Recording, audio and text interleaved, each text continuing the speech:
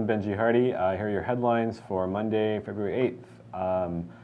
Folks in the political world are focused in New Hampshire, but we'll start with some numbers released over the weekend from a poll of Arkansas voters conducted by Talk Business and Politics and Hendrix College.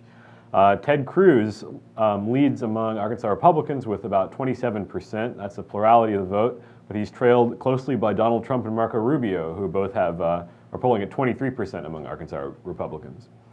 Another 11% said they'd support Ben Carson, with the rest of the GOP candidates down in the single digits. Only about 6% of Republican voters polled, so that they're still unsure. Meanwhile, unsurprisingly, Hillary Clinton holds a broad lead over Senator Bernie Sanders in Arkansas among likely Democratic voters at 57% to Sanders' 25%.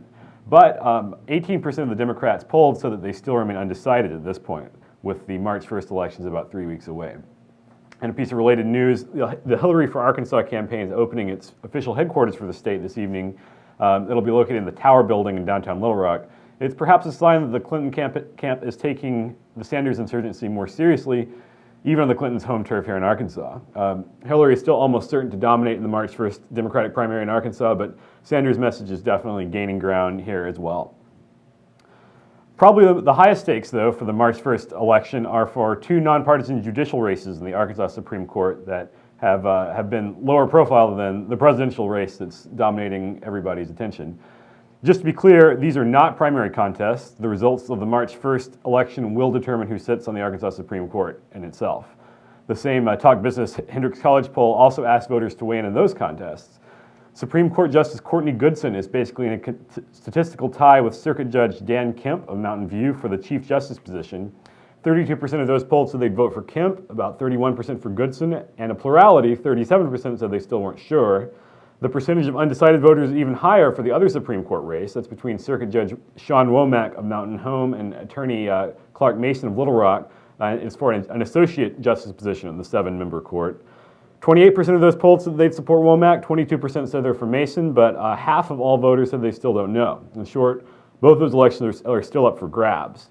This matters in part because campaign contributions are pouring into both races, both to the candidates themselves and possibly to outside dark money groups. We've seen this sort of outside group spending in elections in Arkansas in the last election cycle, and it's likely to happen again this cycle. A national watchdog for judicial election campaign spending noted that a right-wing Washington, D.C. based organization called the Judicial Crisis Network has booked about $77,000 worth of ads to air beginning this week concerning the Chief Justice race between Kemp and Goodson. We haven't seen the ads themselves yet. They'll be likely to begin airing today or tomorrow or later this week, but the description of the group's disclosure to the FCC seems to indicate they will be attacking Goodson. According to the watchdog organization, the Judicial Crisis Network spent over $500,000 in the 2013-14 election cycle to run ads related to judicial elections in other states. Moving on, late on Friday, the Little Rock School District announced that it's hired Dr. Jay Pickering to be the principal of the new middle school that's opening this fall in West Little Rock. Pickering will be returning to the Little Rock School District after spending the past 5 years as the Bryant High School principal. He previously served as assistant principal at Central High from 2005 to 2010 and an assistant principal at a middle school from 2002 to 2005. He graduated from Hendrix in 1994 with a degree in political science, after which he taught history and coached at the Little Rock School District's Parkview High for 7 years. Just some background, that middle school in West Little Rock will be housed in the former Leisure Arts Building near the intersection of Cantrell and Chenal. It's scheduled to open this fall with initially is housing a 6th grade class, though it'll eventually house grades 6 through 8. Finally, a study released last week by the Northwest Arkansas Workers Justice Center aims to shake up the status quo in the Arkansas poultry industry. This report was performed in collaboration with researchers from the University of California system. It surveyed over 500 poultry processing workers in Arkansas plants working for a variety of companies, including Tyson and Cargill.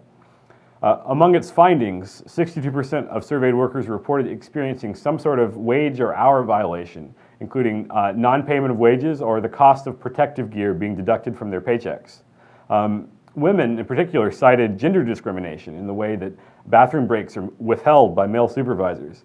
And 32% of workers reported that they or someone they knew was punished for reporting health and safety or other issues to a supervisor.